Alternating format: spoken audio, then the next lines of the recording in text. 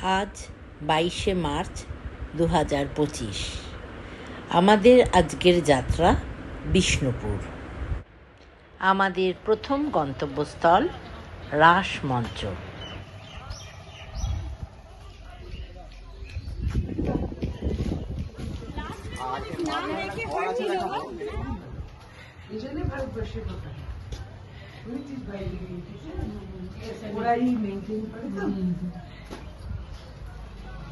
তারপরে মিনের কাজ ছিল, যেহেতু এগুলো প্লাস্টার গুলো খুলে খসে গেছে, সেই মিনের কাজ চলে গেছে। চুন, ইটের গুঁড়ো, মেথি জল, চিটে গুড়, পাটের টুকরো, খয়ের, এগুলোকে মিশিয়ে মশলা, আর সেই মশলাকে সিজন করে লাগানো হতো। মশলাটাকে পচন করা হতো, মানে সেটাকে নাড়চাড় করে একটা একটা একটা ভ্যাট থেকে আরেকটা ভ্যাট ট্রান্সফার করা হতো। তারপর হেড মিস্ত্রি ওটা দেখে বুঝতে পারতো এটা কাজের উপযুক্ত, সবই কাজে লাগানো। দেখছি এটা কিন্তু মন্দির নয়, এটা একটা মঞ্চ। মঞ্চ মানে রাস মঞ্চ, রাস উৎসব হতো। কিভাবে নেবারিং টেম্পল থেকে রাধাকৃষ্ণগুলো আনা হতো রাস পূর্ণিমায় 5 দিনের জন্য। প্রত্যেকটি খিলানে বসিয়ে একসাথে সন্ধ্যে আরতি পুজো হতো। 108টা রাধাকৃষ্ণের মূর্তি। আর মল্ল রাজারা সেখানে এখানে এই উৎসবটা বীর হাম্বীরের প্রতিষ্ঠিত। রাজারা এই উৎসব প্রত্যক্ষ করতো নিচের থেকে। উপরে থাকতেন মেনলি পুরোহিতরা এবং কীর্তনিয়ারা। আর এখানে গর্ভগৃহ যেটা দেখবেন, ওই গর্ভগৃহর আয়তনটা বেশ বড়। আমরা অ্যাকচুয়ালি ঠিক এখন গর্ভগৃহ ঠিক পিছনের দিকটাতে আছি। এই যে ডান দিকের যে ওয়ালটা দেখছেন, এটা হচ্ছে গর্ভগৃহর ওয়ালটা। আর এই যে ফুটোগুলো দেখছেন, এই গর্ভগৃহের ভেতরে যে প্রদীপ জ্বলতো, সেই প্রদীপের কার্বনের শিখাগুলোকে বের করার জন্য। আর এ মাথা ও মাথা দেখাও যাচ্ছে, দেখুন, মানে ওই দিক থেকে হাওয়া বাতাস দিলে। এর ভেতরে রয়েছে গর্ভগৃহ।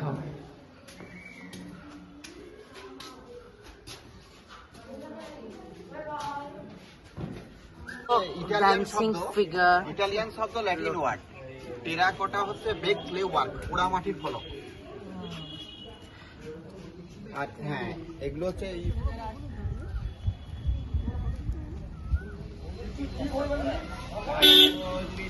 বিষ্ণুপুর গোশালা।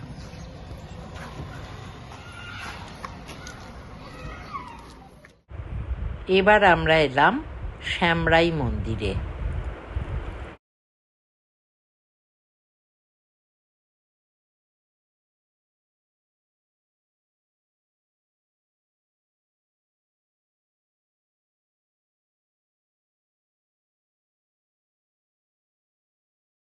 রাধাকৃষ্ণ চড়ে বসতো।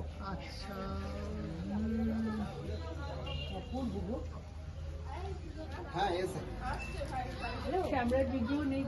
বলে দিচ্ছি, শিল্পীর নামও লেখা আছে এখানে, সেবক বিষ্ণু দাস।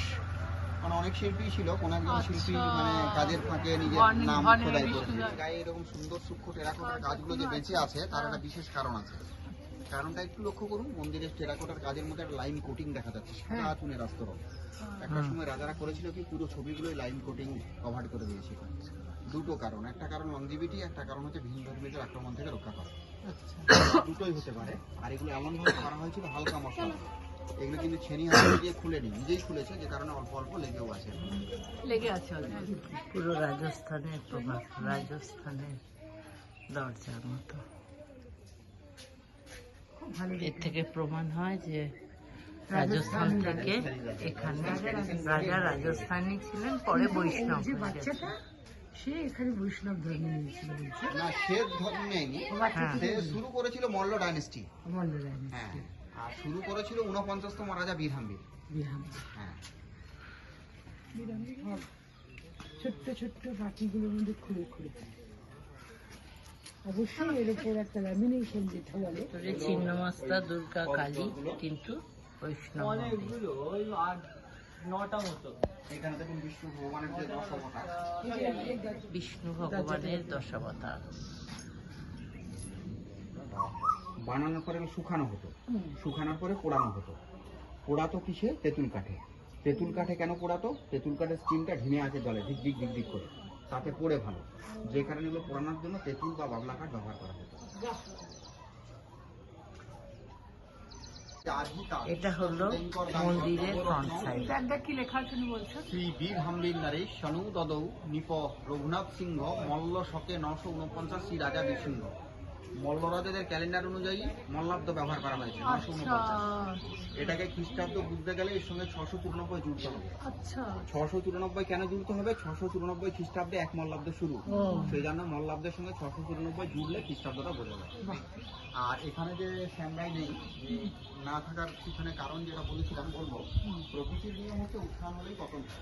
তো সময় হচ্ছে প্রত্যেক মন্দিরে পুজো পাঠ নাম সংকীর্তন সব হচ্ছে।